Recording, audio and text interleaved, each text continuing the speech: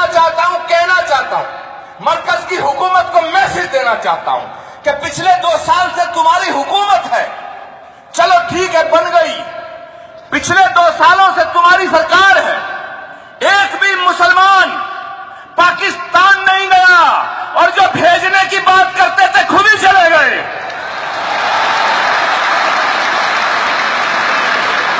खुद चले गए और चले नहीं गए, बिना बुलाए चले गए। और बिना बुलाए नहीं हजरत, बिना बताए चले गए। ये क्या तमाशा है? इस देश ने हजरत, आप गवाह हैं जंग आजादी की लड़ाई से लेकर आज तक, उस लड़ाई से लेकर आज तक गवाह हैं, क्योंकि आपने उसमें अहम भूमिका निभाई है। इस देश ने मेरे दोस्तों बड़ी आंधियां देखी हैं। गुलाम नबी आजाद साहब आपने बहुत दौर देखा है, या खुर्शीद साहब बैठे हैं, तमाम यहां उलमा इकराम तशरीफ फरमा हैं, हमारे सभी मुअज्जिज हजरात यहां तशरीफ फरमा हैं। बड़े अदब के साथ कहना चाहता हूं, इस देश ने बड़ी आंधियां देखी हैं, बड़े तूफान देखे हैं, बड़े बवंडर देखे हैं। मेरे दोस्तों, जब बवंडर आता है तो कोई भी लफंडर बादशाह बन जाता है। लेकिन घबराने की बात नहीं है। आप नमाज अदा करते हैं, मैं प्रार्थना करता हूं, पूजा करता हूं, आरती करता हूं, घड़ियाल बजाता हूं, इसमें दिक्कत क्या है? इधर मस्जिदें हैं, उधर हैं शिवालय, जहां मुतमई हो वहीं सर झुका ले। आप हमारी आस्था का सम्मान करते हैं, लेकिन हमें आपके अकीदे का एहतराम करना पड़ेगा और करना चाहिए। हमारा धर्म, हमारा कोई भी धर्म ग्रंथ ये नहीं कहता कि किसी भी धर्म के मानने वाले आदमी का अपमान किया जाए, और इस्लाम के अंदर कहीं यह नहीं लिखा है, बल्कि लिखा है किसी दूसरे धर्म के पेशवाओं की बेइज्जती ना करो, पता नहीं वो भी आपका नबी हो। जो इस्लाम ये सिखाता है, जो इस्लाम ये बताता है कि मोहब्बत, खिदमत, कुर्बत, इबादत ये इंसानियत की बातें हैं, उस इस्लाम को मानने वाला कोई मुसलमान आतंकवादी कैसे हो सकता है? लेकिन आज एक हवा चलाई जा रही है, मैं कह रहा हूं कोशिश हो रही है, और कोशिश नहीं साजिश हो रही है कि मुसलमान को आतंकवादी सिद्ध कर दो, मुसलमान को देश का गद्दार सिद्ध कर दो। मैं पूछना चाहता हूं कि गांधी की हत्या किसी मुसलमान ने नहीं की, इंदिरा गांधी की छाती को छलनी किसी मुसलमान ने नहीं किया, राजीव गांधी के टुकड़े किसी मुसलमान ने नहीं किए, ललित माकन के सीने पे गोली किसी मुसलमान ने नहीं मारी, बेअंत सिंह की कार के पर कच्चे किसी मुसलमान ने नहीं उड़ाए, हितेश्वर सैकिया के खानदान को किसी मुसलमान ने नहीं मारा। तो फिर जिन लोगों ने उनकी हत्याएं की, क्या उनकी कौम पूरी आतंकवादी कही जा सकती है?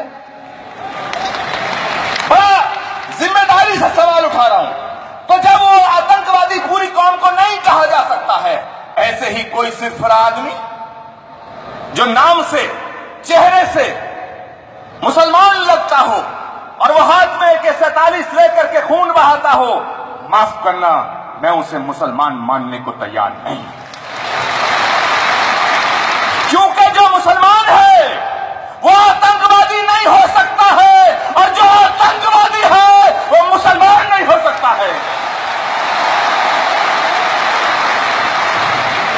किसी प्यासे को पानी पिलाने का नाम इस्लाम है साहब, किसी भूखे को रोटी खिलाने का नाम इस्लाम है, किसी गरीब को गले से लगाने का नाम इस्लाम है, किसी अंधे को रास्ता दिखाने का नाम इस्लाम है। इस्लाम दहशतगर्दी का मजहब नहीं है साहब। अगर दहशतगर्दी, गुनाह, जुल्म और कट्टरता का नाम इस्लाम होता तो माफ करना, पूरी दुनिया में यजीदियत फैलती, इस्लाम ना फैलता।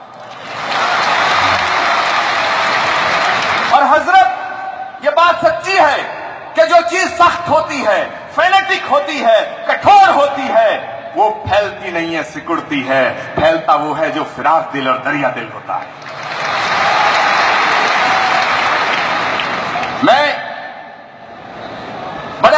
साथ कुछ बातें रखना चाहता हूं, क्योंकि मुख्तसर वक्त है। एक बात, आप कहते हो घर वापसी।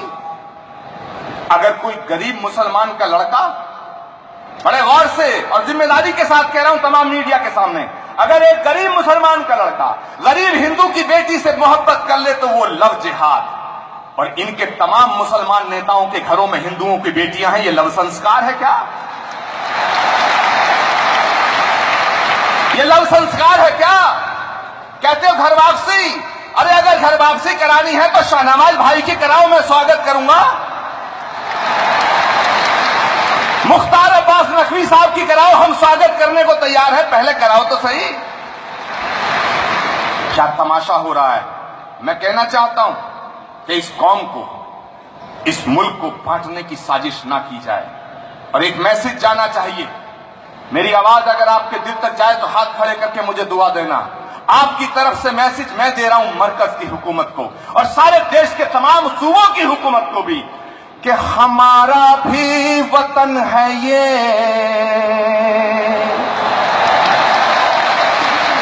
मैं सदर मोहतरम इजाजत चाहूंगा तरन्नुम में पढ़ने के लिए, कि हमारा भी वतन है ये, न यूं कम आंक कर देखो। हमारा भी वतन है ये, न यूं कम आंक कर देखो। जरा कड़वी दवाई है मगर तुम फांक कर देखो।